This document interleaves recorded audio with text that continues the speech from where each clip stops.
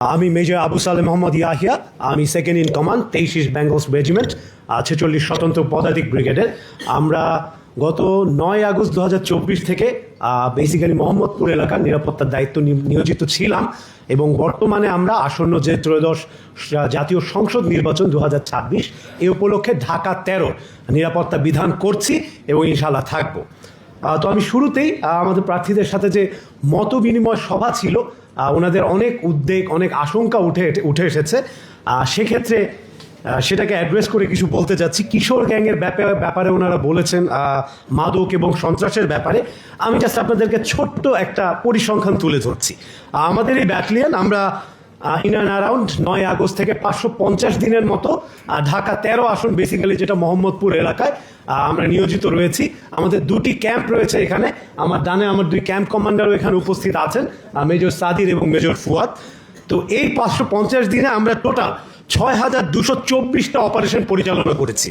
আমরা টোটাল 1165 জনকে গ্রেপ্তার করেছি, 312টি আগ্নেয়াস্ত্র আমরা উদ্ধার করেছি, 8475 রাউন্ড অ্যামুনেশন এবং 1914টি বিভিন্ন প্রকার অন্যান্য অস্ত্র এবং বিপুল পরিমাণ মাদক এবং গান পাউডার আমরা উদ্ধার করেছি। মাত্র 550 দিনে আমরা 6000-এর বেশি অপারেশন করেছি। তো এই পরিসংখ্যানটা ব্র্যাক করার জন্য না, আপনাদেরকে আস্থা ফিরিয়ে আনার জন্য আমাদের যা সাধ্য আছে, কিংবা আমরা সাধ্যের উপরে যেও মোহাম্মদপুর এবং বিশেষত ঢাকা 13 আসনে যেন নিরাপত্তা পরিস্থিতি বজায় রাখে, সেটার জন্য কাজ করেছি। এবং এই সাফল্য আমাদের একার না, এখানে এডিসি তেজগাঁ এবং এডিসি মোহাম্মদপুর আছেন, ওনাদের সাথে ক্লোজ কোঅর্ডিনেশনে র্যাব 2 আমরা এই কাজ করতে পেরেছি। এবং আমি নিশ্চয়ই আপনারা স্বীকার করবেন, মোহাম্মদপুরের যে অবস্থা ছিল 5 আগস্ট 2024 পরবর্তী, বর্তমানে যে নিরাপত্তা পরিস্থিতি, এটা অনেকটা ইমপ্রুভ করেছেন। আমি কি ঠিক বলছি? আচ্ছা, তো ইনশাল্লাহ এই প্রতিশ্রুতি আপনাদের থাকবে। আমাদের এই যে প্রচেষ্টা অব্যাহত থাকবে। আসন্ন নির্বাচন উপলক্ষে ঢাকা 13 আসনে নির্বাচনী বিধিমালা বিস্তারিতভাবে রিটার্নিং অফিসার মহোদয়ের পক্ষ থেকে বর্ণনা করা হয়েছে।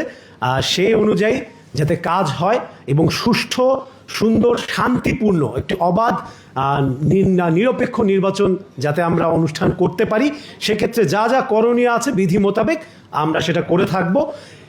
শেষ পর্যায়ে একটা কথাই বলতে চাই, এই যে সুষ্ঠু নির্বাচন, যে শান্তিপূর্ণ পরিবেশ বজায় রাখা, এটা শুধুমাত্র নিরাপত্তা বাহিনী কিংবা নির্বাচন কমিশনের কর্মকর্তাদের দায়িত্ব না। আমরা যারা প্রার্থী আছি, আমরাই জনগণের প্রতিনিধি হিসেবে প্রার্থী হিসেবে দাঁড়িয়েছি, আমাদেরও কিছু দায়িত্ব বর্তায় রাষ্ট্রের প্রতি এবং জনগণের প্রতি। আমরা যদি নির্বাচনী বিধিমালা মেনে চলি, সহনশীল হই এবং একে অন্যের প্রতি যে পারস্পরিক শ্রদ্ধা সেটা বজায় রাখি, আমরা আশা করি জনগণের যে প্রত্যাশা রয়েছে সে প্রত্যাশা আমরা পূরণ করতে সক্ষম হব। একই সাথে জনগণের যে আস্থার বিষয়টি রয়েছে, তারা যেন ভোট দিতে আসতে পারেন। নিরাপত্তা বাহিনীর প্রেজেন্স অবশ্যই থাকবে, তার সাথে আস্থাটা ফিরিয়ে দেওয়ার দায়িত্ব কিন্তু আপনাদের। গতকালের ঘটনাটি অনেকবার আলোচনা হয়েছে, এরকম ঘটনা সৃষ্টি হয়েছে কিন্তু প্রার্থীদের এবং প্রার্থীদের যারা সমর্থিত, যারা প্রচারণা চালাচ্ছেন তাদের পক্ষ থেকে।